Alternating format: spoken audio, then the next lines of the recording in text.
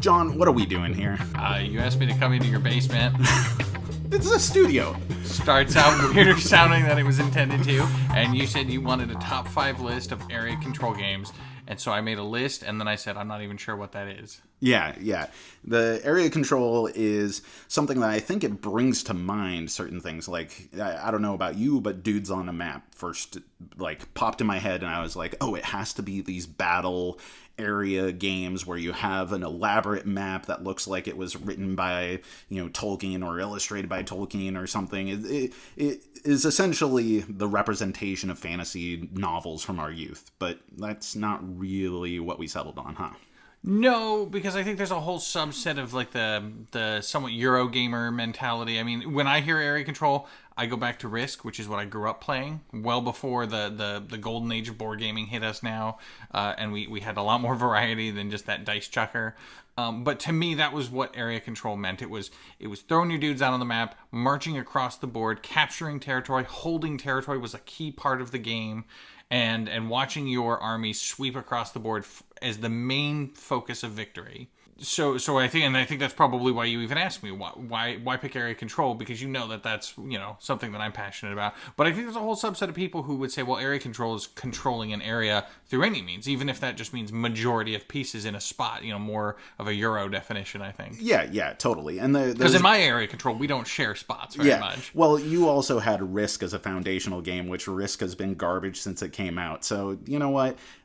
You have your definition of area control, and I have mine, but I think we should start with BGG's definition, because they actually have area majority and influence as one of their defining mechanisms for area control games. So on Risk, or pretty much all the games that we're talking about today, area majority and influence is what they describe, and they have it as multiple players may occupy a space and gain benefits based on the proportional presence in the space. In El Grande, for instance, players earn their score in a region by having the most caballeros in that region.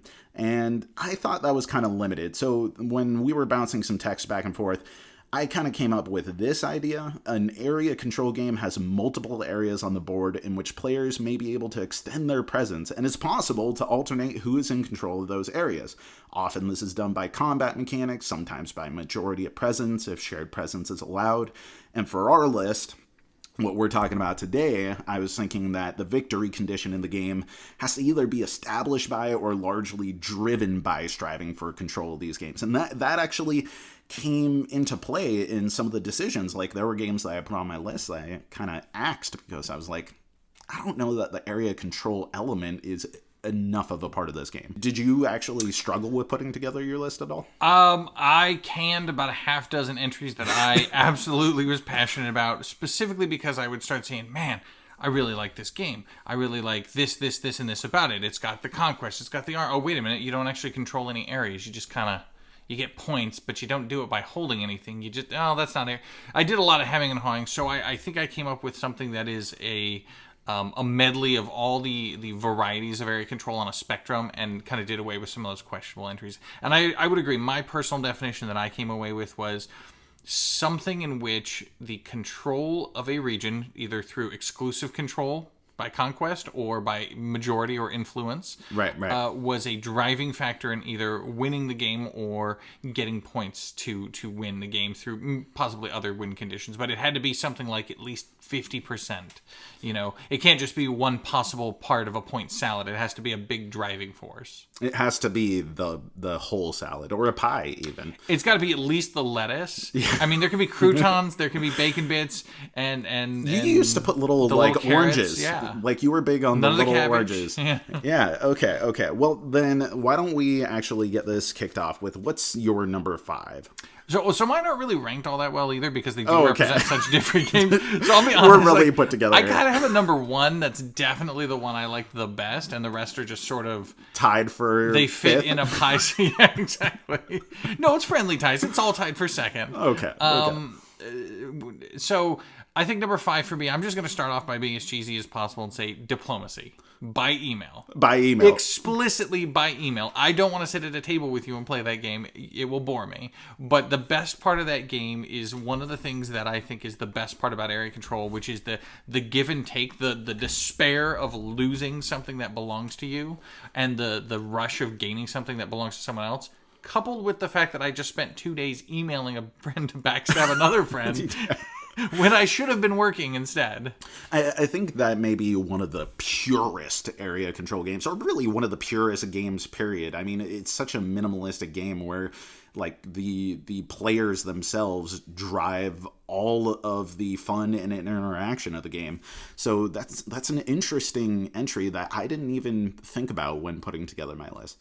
See, my number 5, I started with something that was like near and dear to our hearts, and I had to go with Kemet. So, like, Kemet to me is a game that just encourages slaughter. Like, you are from the get-go putting so much pressure on every other player and every decision that they make, whether it's drafting those tiles or whether it's going to just take certain spaces on the board. You are in the thick of it right away. And the fact that there's such a limited space and everyone has so much access to one another, as far as classic aggressive area control games, Kemet to me was the one that came to mind. It's definitely not my favorite game because I have tons of anxiety when I'm like, oh god, I'm going to do something that's going to hurt my friend, and I'm happy about hurting my friend, but I know that like 3 other friends are going to come back and take advantage of my vulnerability. But still, Kemet is just such a brilliant game, and I'm excited about it getting that new version coming out. Gonna ask you that. So I'm not getting paid for this, and I'm no one special. But if you wanted to make me, guys, Madigo, if you guys wanted to make me an Egyptian god, feel free. Yeah. Here's your free plug. I absolutely back the 2nd edition. It is one of my favorite games, but it is one that I could not say met the cut for my definition. In that, oftentimes I get more points from killing my friends and from driving all those extra bonus points, less so than the holding of the temples. Depending on your strategy, you could make it an argument that it's more than 50%, but that was my take, and that's why it didn't make the cut for me. No, it's also because you have bad taste. So let's hear about your number 4 here. Okay, so number 4 is, we're still pushing, so if diplomacy is holding area through force in its purest form, then I'm pushing closer towards that Euro definition with Plague Inc. So I don't know if you've ever played the app at all. I have played that. It's the beeps and boops button pushing kind of time waster. Right. It's really fascinating and fun, but when you think about what you're really doing, it's kind of watching things grow, honestly, watching grass grow and take over the world and sprout from people's ears and noses, and depending on if you're playing as a fungus. But no, the thing about Plague Inc. was that it is a non-aggressive game in that you really don't take stuff from people, but you try to. It represents something that thematically, playing Risk growing up, I would play the little Army of Darkness. I'd play, black was my color, the Horsemen of the Apocalypse, and to me it was emblematic of a plague marching across the world, as every time I took more territory, I got more guys to take more territory, and it was like, it was a sort of a geometric progression, like a disease, as the armies march across the board. And so something about Plague Inc. captures that spirit of, you actually are a disease, and in the same way, your goal is to just, as effectively as possible, march across the board and just claim territory in the form of people's countries. But you have a messed up childhood if, like, you're imagining your Risk characters going out as like, this is the plague I spread upon the land. Absolutely. So I played black as my army, and as often as possible, we had the little colonial dudes. And so it's, cannons, little soldiers, and guys on horseback. And every single time that I could, it was guys on horseback. That's amazing. There's the Horsemen of the Apocalypse marching across the map. Well, for me, I went with a newer game, certainly more modern than Diplomacy again. I went with Eric Lang's Blood Rage. Now, I know there's an argument to be made here for Chaos in the Old World, and I know a ton of people are diehards for that game, but Blood Rage to me is where area control was starting to get played with, and it was becoming dissected as a genre. The dudes on a map portion of area control, at least.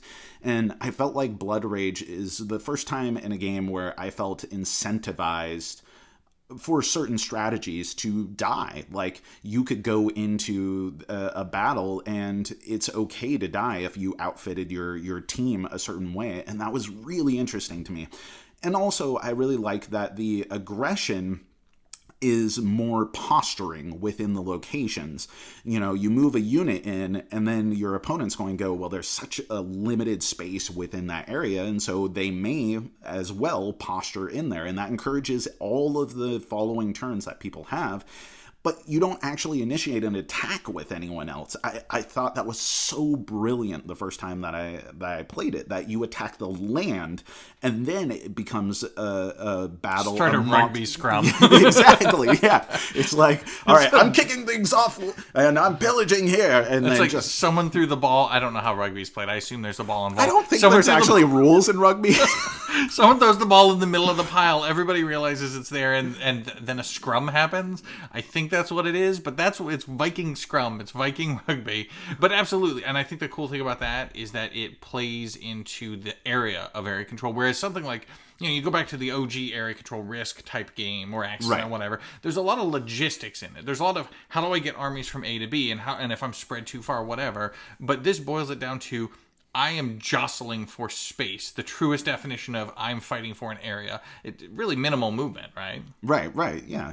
And I think that it's just one of the most fun games that I still can play, that I think is a pure but still inventive area control game. Like, it just brings a lot of joy to me, except for the name. Like, I hate the name Blood Rage. I think it is Spicy Vikings. Yeah, Spicy Vikings is infinitely better. Okay, so what do you got? What's coming up next? Let's do. Okay, so play on yours here. I didn't do drafting. I do like area control where they started to tack on other mechanics to say, you know, like, we don't want risk. We don't want a dice chuck. We don't want this weird exponential growth of things. So what we're going to do is we're going to bolt on other mechanics that are maybe more fun mechanics, but keep the sense of capturing territory. Tyrants of the Underpants, because that's the best game. That's what I call it at home. It's okay. Tyrants of the Underpants, and I can't not say that sometimes. But Tyrants of the Underdark. Is it possibly the first time a good D&D game was made that wasn't D&D? A good board game of D&D? Probably. Well, no. I mean, isn't that like the follow-up to Lords of Waterdeep? Like, Lords of Waterdeep is a great game. Okay, that's true. Fair enough. But I guess it's very loosely D&D. Yeah. What makes it like an area control game? I actually haven't played this game. Oh, okay. Well, so I'll bring that over next time we get together. But I mean, it is true area control. It's got dudes on a map. It's got a lot of drow, right? Absolutely. Drow. You're a bad person if you say drow, so I think we can agree on that. But yes, it's got a lot of drizzits. Oh no. That's the word, right? Okay. Now I know where this is going. No, so you hold cities, and the cities represent their spaces on the board. You have to have majority control to really benefit. You have to link, there's logistics. You have to link adjacency from place to place, so you build little paths of dudes. But then there's ways to break that rule. And the whole way that you interact with the board is through a deck building mechanic, through building a progressively better and better deck that does a variety, one of maybe 4 or 5 or 6 different ways to interact with the board, whether it's assassinating enemies, dropping spies on the board, what have you. But I think it is one of the more interesting takes on one that is not a purely dudes on a map game. Right. So... Okay, well, you can bring that over, but, you know, we'll see how I feel about Dritz in your underpants. As for my number 3, I went with something that I think is a game that a lot of people have turned on, because when I first played it, I felt like everyone was all about this game, and then now I feel like people only mention it when they're like, ugh, God, that game. And that's Ethnos. I was blown away when I played this game, and I thought it was a very intentional, like, subversion of fantasy area control games. Like, I thought that by having the beautiful illustrations in it, the John Howe artwork, and then this, like, very, like, very interesting, like classic fantasy literature map that you play on, and then having these like hyper techno colored skittle like plastic pieces that you put everywhere. God, I hate those pieces. I thought that was brilliant. I was like, these contrast so amazingly, and they're garish compared to the John Howe art. The color scheme was definitely tropical Skittles. Yeah, exactly. Which is very contrasted with the kind of like Hildebrandt Brothers type art that you're talking about, like the classic fantasy art, like that, and then tropical Skittles. Well, I think that there are two camps of people. There are people who are like, oh my god, this old fantasy artwork is terrible, where I was like, this is amazing. And then there's also people who are like, I love this very classy and refined fantasy artwork, and how dare you pollute it with all these, pieces here that are plastic and garish colors. But the juxtaposition of these two elements, old and new, I think carry throughout the whole thing, because the mechanics that you would think from the box and seeing the map is that this is going to be a battle game. It's going to be lengthy. It's going to be something that, you're going to end up winning by killing other dudes. And really, it's kind of like a Ticket to Ride light, and you're positioning different tokens in areas by making these sets. And even though there's all these different races that have asymmetric powers, you're not actually those races. You're playing from a common pool, which how cool is it that you just build this deck out of 6 out of the 12 races or 10 races that are in there. So you have all these different combinations. It's super fast to play. It's very interesting. And the area control aspect of having the most, or having a majority in the region and getting ranked based off of that is brilliant. So it is absolutely a fantasy area control game, and it is absolutely not what you would ever think of in a fantasy area control game. So Ethnos is absolutely in my top list. I think the only reason, and it was high on my list too, just because I do like the set collection mechanics. The only reason I think I did not really steer that direction was that I felt that the area control to me was a byproduct of what the game is really about, which was clever use of the set building, or the set collection mechanic. Yeah, totally. You can make an argument either way. I mean, the area control is absolutely vital, and the majority of the points you score is driven by the area control, but the interaction with the area control, it's I put a token down and not much else. You don't ever kill anybody. You don't cleverly switch tokens or move them around. Most of the clever play is being done over here with the cards that don't directly drive those. So that was one area where I was like, okay, well... Yeah, but how good does it feel to have a wizard bomb where that dragon's about to come down and you drop 6 wizards and you're like, yeah, I'm going to draw the 3rd dragon by drawing 6 cards and take that. Or the centaurs, putting token after token on the board. Dude, I need to play more Ethnos. I love that game. So we are coming towards the end of your tie for second place here. What do you have as your next not as good as number 1 game? Okay, so I have a feeling that I'm going to supersede one of your games if I'm guessing correctly, and I'm going to say Battle for Rokugan. That's an interesting pick. Probably the least plastic out of any game that I've got, which is actually one of its charms. It's kind of refreshing to have just a box of it's almost purist in that it is just a box of cardboard chits that still somehow does everything that I want. A game that is full of Twilight Imperium-esque plastic armies marching across the board. Right. It has everything I love about a true area control in that there is... there's room for betrayals. There's room for sort of deal making. There's a bit of the unknown when you're wondering what orders are happening. It's light. It's lighter than some of the absolutely heavy beasts like the Twilight Imperiums, the really big slogs. Certainly lighter than the slog that Risk used to be. Right. So what I grew up on, this was considerably lighter, but definitely richer experience. So I don't know. I think it does everything that a really heavily conflict-driven area control game should do. Yeah, and it's such a minimalist package. It's so beautiful, and it has that Legend of the Five Rings theme, which I'm all about. If I could give you a brief tangent, a game that I wouldn't put on this list because it's objectively not as a good game. I live for brief tangents.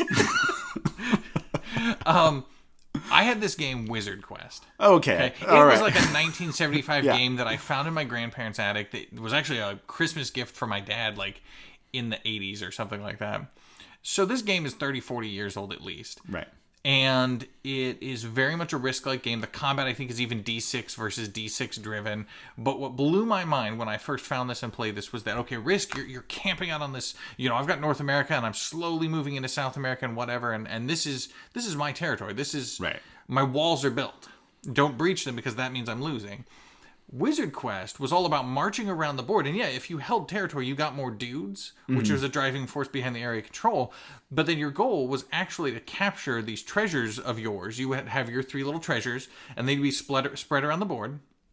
And your goal was actually to capture them. So oftentimes it turned into this amorphous, like you would sort of migrate your army. And as you lose territory over here, you'd sort of migrate your kingdom further and further towards what you really wanted, and then sort of go for, punch in to try and get that treasure. What blew my mind about it, though, was it took that whole notion of, like, turtling and camping and this is what I'm going to do. And it said, okay, well, no, you're going to move around. Battle for Rokugan does a good job of having a very fluid, I don't hold territory sort of feeling. It's unnerving when you play an area control sometimes, and you really just I want to put walls down and don't come across my walls. So if you want fluid area control, I'm guessing that, obviously Small World has to be your number one, right? Oh, it was so high on my list. I don't know that I love that game as much as I did when I first found it. Right. But in some ways, it is one of the purest, dynamic area control with asymmetry games. It is so charming, and for a brief spoiler here, I don't think it's the number one in either of our lists, but it really is a charming game, and it accomplishes a lot in making this really, really approachable game that captures the spirit of like older games that you and I grew up on. Also, it seemed like the most complicated thing in the world when you were first getting into like modern hobby board games, and you're like, I played Ticket to Ride and Catan, but this Small World game is like the biggest, most epic game I've ever seen. It's a thing. And I think it boils everything down to the purest, we talk about, these pure ideas of this, okay, this mechanic, this is about majority, and this one's about the movement. And right. So to me, Small World is about the cost-benefit analysis of like, how you can take any space on the board you want, but how many of your little cardboard goblins is this space going to be worth to you? And it's about min-maxing that decision-making process to say, this turn I want more points, so I have to evaluate what can I afford to take? Right. Not what can I afford to hold. You actually don't care about holding it. It's but what can I afford to take? Yeah. Well, I think we could do a whole episode on like possible runner-ups, and that's one thing that as we come to the conclusion of this episode here, if people want to see more of like us talking about this stuff and just getting pedantic about various mechanisms and that kind of stuff, we could probably fill an hour just talking about the merits of what's actually area control, or what are different games that we considered in preparation for this list. But for number 2, I do actually have some thoughts about the nature of area control, and maybe it's indicative that I don't actually love area control all that much, that so many games on my list are like subverting area control in some way, or kind of riffing on the classic model, and they're not those pure experiences. And this game itself, it's not really like a pure area control game where you need to control the areas. And I actually thought about axing it from my list, but unlike games like, say, Eclipse, where I felt like it did have an area control element, but it was so minimal compared to the grand scheme of that game's ethos, that I didn't feel comfortable with Eclipse on the list. But number 2 is one of my favorite games of all time, and that's Root. And this game, you don't actually get points from owning areas, and there's a limited mechanic in there that you can gain dominance of certain areas on the board in order to get an instant victory instead of points.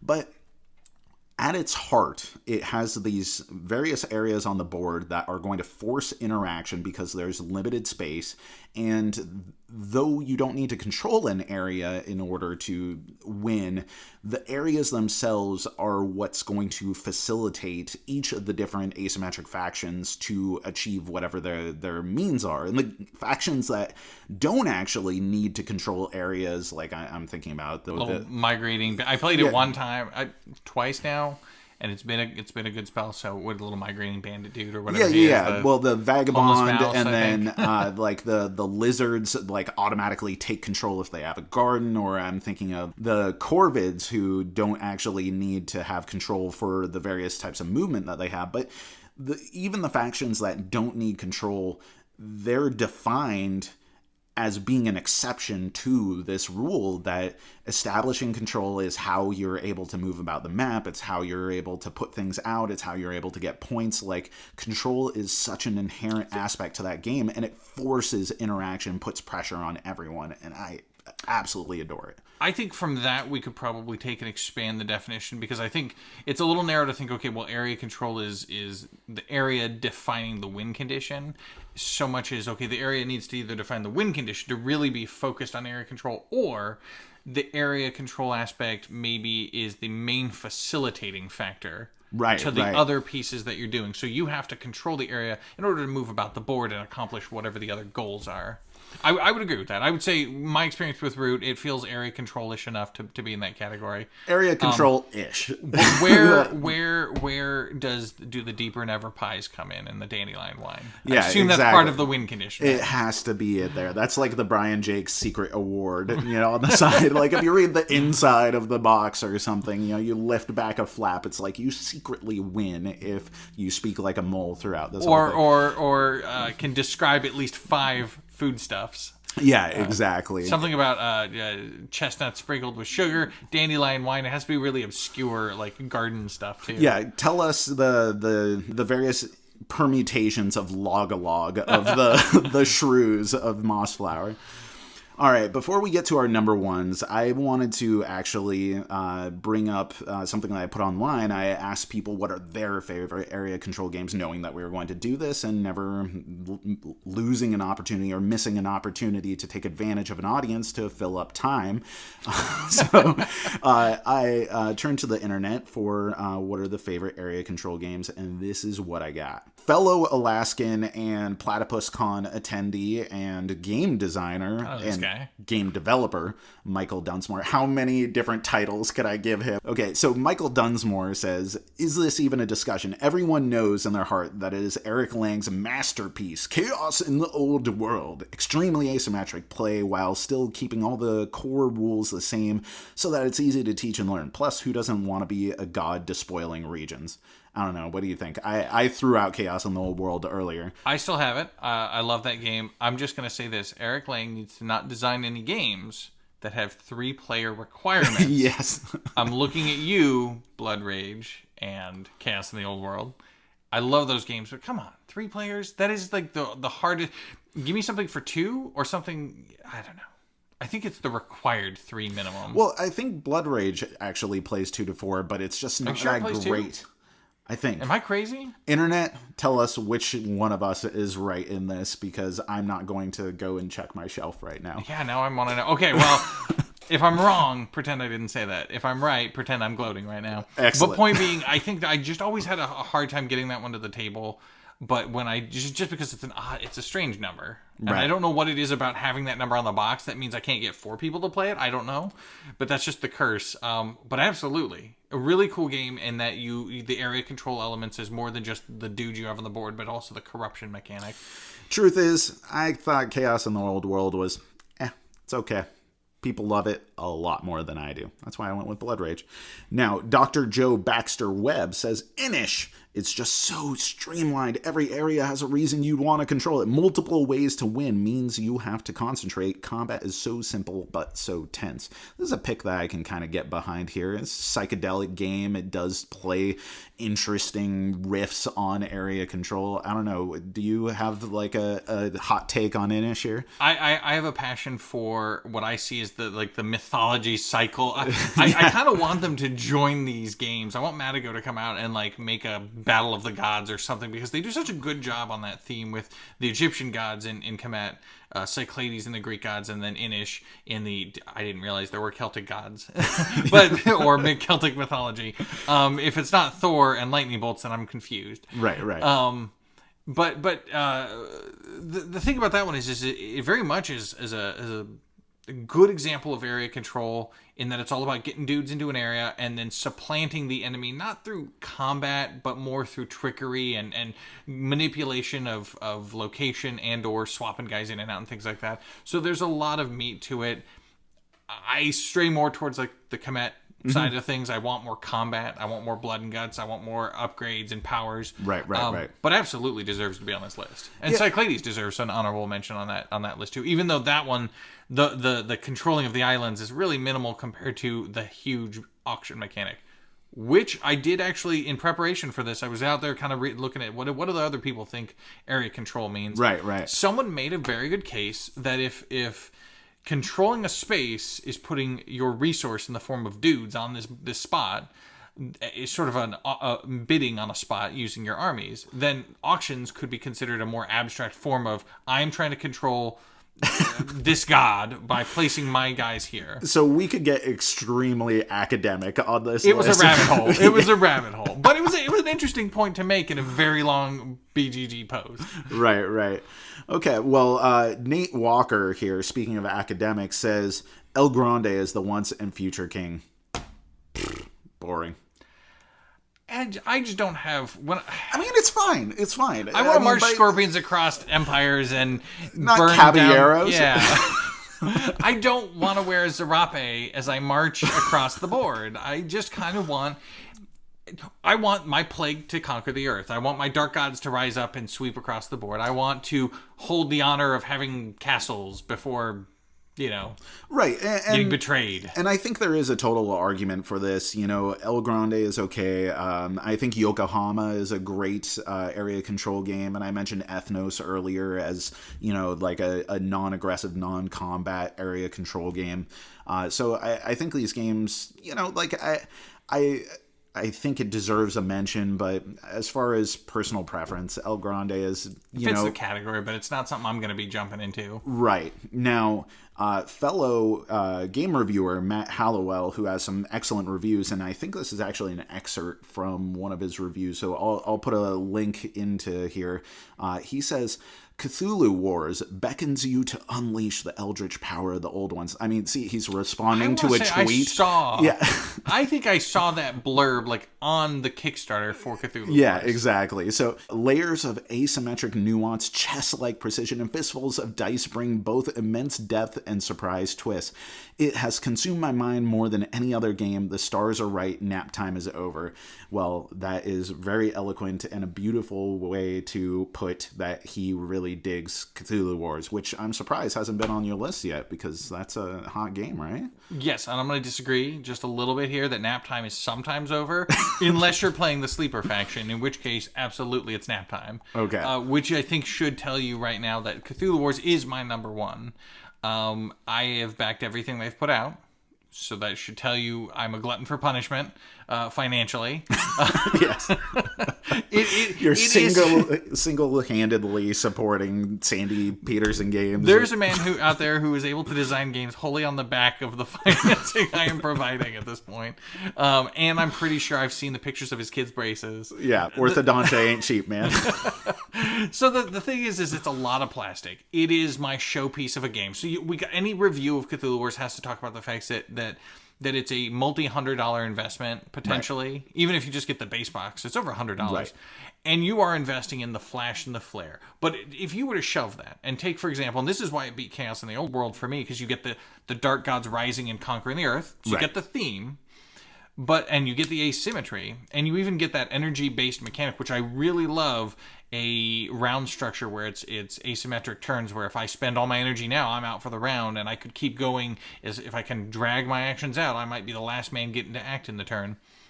Really great mechanic implemented in one of yours too, Blood Rage. Yeah. So I love to see that one. But with Cthulhu Wars, the tense, I love the phrase "knife fight in a phone booth," feeling of holding spots just by having enough big scary things on the board and always being one monster away from having someone topple you off the spot that you need. It is such a good feeling. And if I had a downside to it, I would say the only downside to that game is that it has a high learning curve because of the heavy asymmetry. Going into it, I'm going to have an advantage because I know what everybody does, but you're going to be focused on learning your faction and have no time to learn the other one. So honestly, I think if there's one downside to the game, it's that it is going to be a turnoff to some people, because you'll have this impression that the game cannot be that sophisticated. Like, this just has to be a game that facilitates selling a ton of plastic, and let's forget about this. That's how I actually felt, and I tend to be pretty, like, willing to try anything, and I think, whatever, I'll give it a chance. And I did that with Cthulhu Wars with you, but I remember going into it going like, this is just going to be an excuse to have this like monumental totem to an eldritch god on the table. And I was amazed with how sophisticated of a game it ended up being. Well, and even the theme says the same thing. This is a theme that's been hashed and rehashed and hashed and rehashed time and again. And how many nuanced ways can you do the rising of the old ones, and I'm going insane, and the earth has fallen. And so I kind of, I bought it when it first kickstarted in like 2013. And this was only 4 or 5 years into my heavy gaming experience. So I didn't know what to expect. But even if I kickstarted it now, I would expect Kickstarter bloat. I would expect, look, it's an easy theme that everybody does. It's bloated plastic. It's probably not for me. I'm glad I got it before I became that reserved. Right. I lucked out. So absolutely, definitely fits my number one. And as far as area control goes, it doesn't have the aspect of conquering anything. It's the tense, hold it in the moment that Kemet or Blood Rage might have. And I think you ended up having to buy a larger house just to house all of the miniatures associated with that game.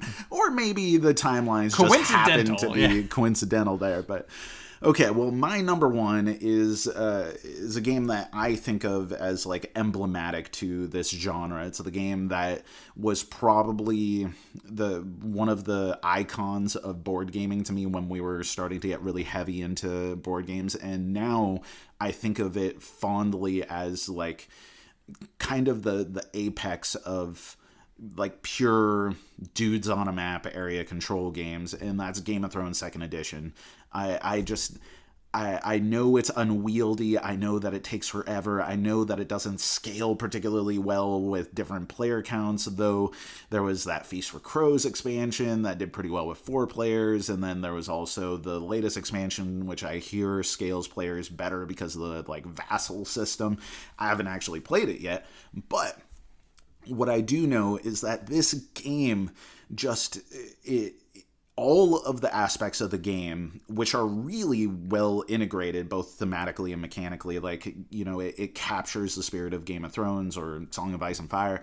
But everything is in service of the area control aspect of the game, because in order to win, you have to have a certain number of castles, and those castles are going to impact heavily your capabilities throughout the game. At various intervals, it's going to be checked. And so you want to have them in order to bolster your power. But there's also this element where you might consider, is it worth me giving up this castle if I can position myself into a more tactical environment or capture someone else's? And yeah, there's all this like political intrigue and everything going on, which I think is heavily influenced by diplomacy. But the game itself is, how do I maintain control of the things I have and expand outwards and take advantage of little vulnerabilities, because everyone is putting pressure on a few other people, and if you capitalize on that well, then you come out on top. And I just think it's one of the most refined games in my collection. It may not be my favorite. It doesn't hit the table all the time. It is hard to get a group in order to play Game of Thrones 2nd edition, especially after everyone's lost interest in Game of Thrones after the abysmal 8th season, and maybe like 7th and 6th season if you want to get into it. But I adore this game, and even though Root is one of my favorite games, and probably I would definitely rank it higher than Game of Thrones in my personal list, when I'm thinking area control, that is the game that I think at the top of it. I have maybe 5 things, so I'm gonna try and keep this short. There's I went on a rant there, I was filibustering for Game of Thrones. I don't think that I could say enough about Game of Thrones. So I have maybe 5 things to hit on. First, Funny story is that I was actually mad at you for buying Game of Thrones the first time because it is such a beefy game to get to the table, and right. I mean, it really didn't scale well, at least in the early days for sure. I can't say for the new stuff, but I was mad because our social circles for gaming overlap so heavily that I'm like, now I'm never going to get my copy played because we game at your house, so it'll be your copy played. So now I've got this game on the shelf that I love, and I'll get to play it, but it won't be my copy. But your copy is signed now. Yes. So story number 2 is I actually got the most confused look I think you've ever seen from an author when I took that game to Comic-Con in San Diego and got George R.R. Martin to sign my copy of Game of Thrones, and he's just holding the empty board game box because I took it with no pieces in my suitcase. Yeah. And he's just holding this empty board game box, just kind of confused, like, there's a stack of books over here, and this guy wants this. What is this? Well, I was there. Like, yeah. I actually got the book signed, like a normal person, and then you are like, will you please sign my board game box? So I have that going for me, too. But one of my all-time great board game experiences was a loss to you explicitly as... If I remember correctly, it was the Martells. Right, yeah. Explicitly denying me the victory, which gets to something. Set aside all the nostalgia for the Game of Thrones part of it, but what makes Game of Thrones really cool that we haven't talked about for Area Control is something that actually gets a lot of scorn, which is the idea that you don't win a lot of area control by being ahead, especially conflict-heavy area control, by being ahead. The guy in first place almost always loses. Right. Because, and it becomes like, you ever see those games where you have to like tap the button to make your little dude like just hover right between the goalposts kind of thing as you travel across the screen, the little time wasters. It reminds me so much of that as a metaphor where you want to be in like the top 2 or 3 players, but you never want to be the number 1 because you want to topple the king. Are you comparing Game of Thrones to Flappy Bird right now? I absolutely. It's a metaphor. Flappy Bird is a metaphor for Game of Thrones. You want to flap your little bird right below the obstacle of being in first because you'll get crushed. But definitely not at the bottom. The Cardboard Herald doesn't sell merchandise, but I think we can make a shirt out of this. There's an opportunity here. There's a meme to be had here with the first place player above the Flappy Bird. But yeah, that is something that Game of Thrones does so well, because if you take an early lead, you are destined to fail. And it's only by being that guy who's just close enough to victory that you can then suddenly sneak your way to that extra couple of castles. That's how you win that game. Actually, really, again, tying back to the theme of being like, it's never the people who are doing well in that show, because they ended up dying really quickly. Like, oh, this guy looks like he's in charge and knows what he's doing. He's going to die next episode. All right. Well, we have 10 games down plus a few honorable mentions. And then, of course, the games that the audience listed as their own favorites. If you want to see more of these videos, if you want John to come back on for some reason, God knows why. I mean, he is the only person that I know, like, personally, that has most assuredly played even more games than me and is really a part of the fabric of my own, like, gaming identity. So, we have a lot of camaraderie and rivalry there. So if you do want to see more of these videos, then I'd love to hear some suggestions, and I'd also love to know how we're wrong, specifically how John's wrong. But I have a feeling that I went with the less typical area control games. I'm going to hear some flack for diplomacy by email, but I still contend that is the most excited I have ever been to come home from work and check my email is knowing that I was getting stabbed in the back, most likely. Okay, well, let us know what you want to see in the future. If you want to be one of the people who gets to give your own recommendation for one of these videos, and, when we're getting ready to film one, then follow on Twitter at Cardboard Herald. YouTube is the Cardboard Herald. I don't know. Handles are weird. But anyway, thank you so much for watching. Thanks, John, for coming on to the show. This has been a blast, and I can't wait to do it again. All right, thanks for having me. I want to have a discussion about whether a flicking game could be area control by virtue of you having to actually put your piece physically control an area by physically moving a piece to I think somewhere. you could have a dexterity-based area control game, like where It's kind of a shuffleboardy type, like you're aiming to get to a region, but still the holding of that region. is Crokinole control game. If you enjoyed this video, we have all kinds of other reviews, interviews, and recommendations via writing, podcast, and video here on our channel and website cardboardherald.com. Our content is audience supported, so if you want to show your support, please visit our Patreon. Thank you so much for watching. This has been the Cardboard Herald.